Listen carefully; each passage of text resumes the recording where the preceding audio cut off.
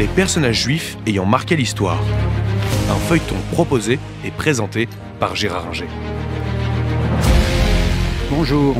Nous avons vu que le mouvement de Sebbatai Tzvi a véritablement bouleversé les Juifs de l'époque, aussi bien dans le monde séfarade que dans le monde ashkénaze.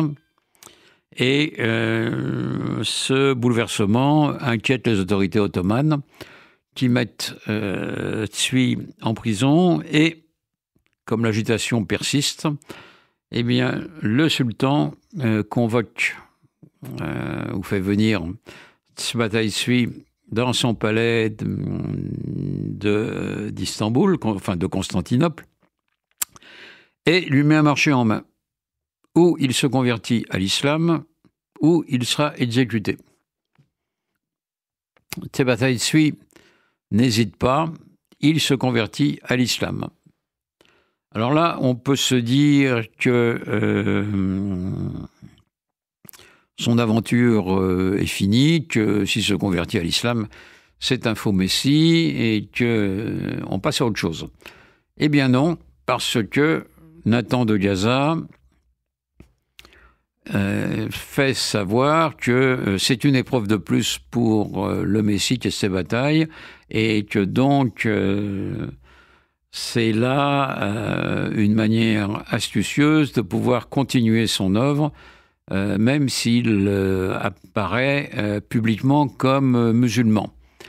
Au début, les Juifs l'admettent, mais quand ils voient que Sebbatai Tzvi est envoyé sur les bords de l'Adriatique, dans le Monténégro actuel, dans la ville d'Ulcinj, qui était à l'époque d'Ulcinj, et qu'il ne se passe rien, eh bien, malgré les efforts de Nathan de Gaza, ils vont presque tous abandonner le messianisme de Sebbatai et considérer que c'est une désillusion de plus pour le peuple juif.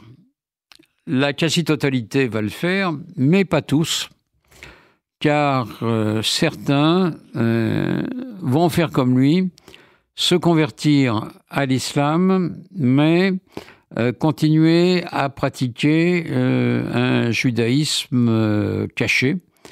Et on va les appeler les domneux. Et ils vont constituer une secte qui existe encore très peu, mais qui a existé pendant longtemps, à Constantinople, notamment dans le quartier de Yezilkoy, où la secte était connue. Ces domneux continuent à croire, pour les quelques membres qui en font encore partie, à croire que Sebbatai Tzvi était le Messie caché, et qu'il est véritablement le Messie. Et donc là, on a affaire à un reste de messianisme particulier qui est assez étonnant. Mais pour les autres juifs, c'est, comme je l'ai dit, le désespoir qui l'emporte. Alors, ce désespoir va en abattre beaucoup, mais par certains côtés, il est à l'origine du mysticisme juif qu'on va voir naître en Pologne au XVIIIe siècle, avec le chassidisme, parce que on ne peut pas vivre que dans le désespoir, et donc le mouvement mystique de Sebbatai Tzvi est une des origines, c'est pas la seule, mais c'est une des origines du chassidisme en Pologne et dans l'Empire d'Autriche. Beaucoup vont vouloir atteindre et hâter la venue du Messie en pratiquant un mysticisme proche de celui de Sebbatai Tzvi, en abandonnant le rationalisme sec du rabbin Aguise de Jérusalem ou des rabbins lituaniens qui ne jurent que par l'étude et par la rationalité, et qui se méfie beaucoup des mouvements mystiques et kabbalistiques. La Kabbale ne sera jamais interdite aux Juifs, mais on restreindra son usage.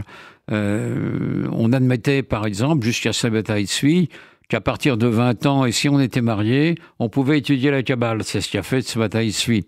Mais après, on pratique la Kabbale d'une manière beaucoup plus stricte, et il faut d'avoir 40 ans pour pouvoir commencer à l'étudier. Donc, le mouvement chassid naît en partie de l'échec du messianisme de Sabbatai Tzvi et le fait revivre. Et de toute façon, on va voir apparaître un nouveau faux messie qui est Jacob Frank au XVIIIe siècle.